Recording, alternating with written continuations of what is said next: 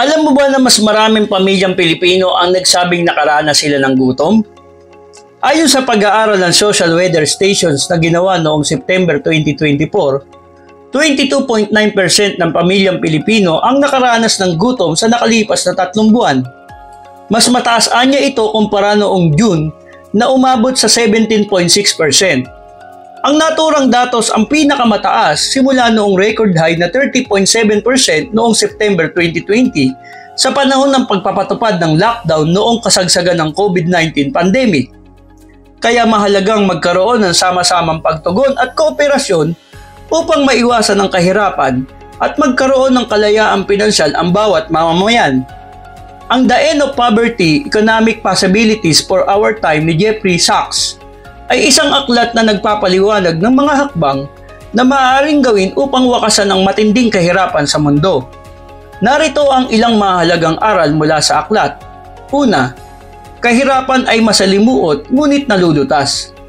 Ayon kay Sachs, ang kahirapan ay hindi simpleng usapin ng kakulangan ng pera, kundi isang malalim na problema na resulta ng iba't ibang salik tulad ng heograpiya, kasaysayan at pamahalaan.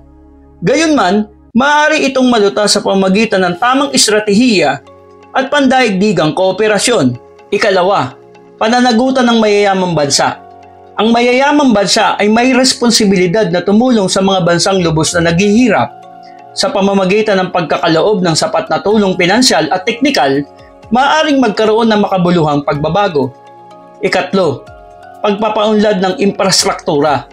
Itinuturo ng aklat na mahalaga ang mga pisikal na infrastruktura tulad ng kalsada, tubig at kuryente upang masiguro ang pag-unlad. Kung walang maayos na infrastruktura, hirap ang mga komunidad na lumago ang kanilang ekonomiya. Ikaapat, kalusugan at edukasyon bilang pundasyon. Malinaw sa aklat na ang pamumuhunan sa kalusugan at edukasyon ay mahalaga sa pag-angat ng mga may hirap. Ang pagkakaroon ng akses sa serbisyong pangkalusugan at edukasyon ay nagbibigay ng oportunidad sa mga individual na makilahok sa ekonomiya at mapabuti ang kanilang kabuhayan. Ikalima, sustainable development. Ang konsepto ng sustainable development o ang pag-unlad na tumutugon sa mga pangangailangan ng kasalukuyan nang hindi isinasakripisyo ang kakayahan ng mga susunod na henerasyon na tugunan ng kanilang mga pangangailangan. Kabilang dito ang paggamit ng makabagong teknolohiya at mga proyektong pangkalikasan upang maging matatag at long-term ang paglago ng ekonomiya. Ika-6, microfinance at pag-angat ng kabuhayan.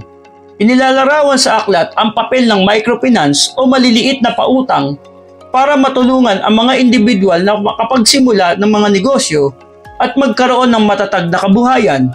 Ito ay isang praktikal na solusyon sa pagsugpo ng kahirapan sa grassroots level. Ikapito, pagkakaroon ng tamang pamamahala.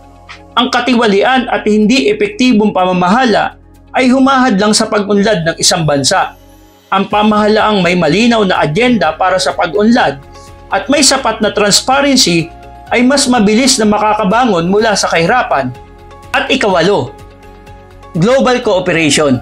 Sa huli, hinikayat ni Sachs ang mas malalim na kooperasyon ng lahat ng mga bansa, pribadong sektor at iba't ibang pandaigdigang institusyon upang sama-samang wakasan ang matinding kahirapan. Naniniwala siya na sa pamamagitan ng kolektibong aksyon, makakamit ang mas maunlad at pantay-pantay na mundo. Sa kabuuan, ang pangunahing mensahe ng The End of Poverty ay ang kakayahan ng sangkatauhan na buwagin ang kahirapan sa pamamagitan ng tamang patakaran, tulong pandaigdigan, at pangmatagalang solusyon na nakaangkla sa kooperasyon at integridad. Maraming salamat sa panonood. Hanggang sa muli.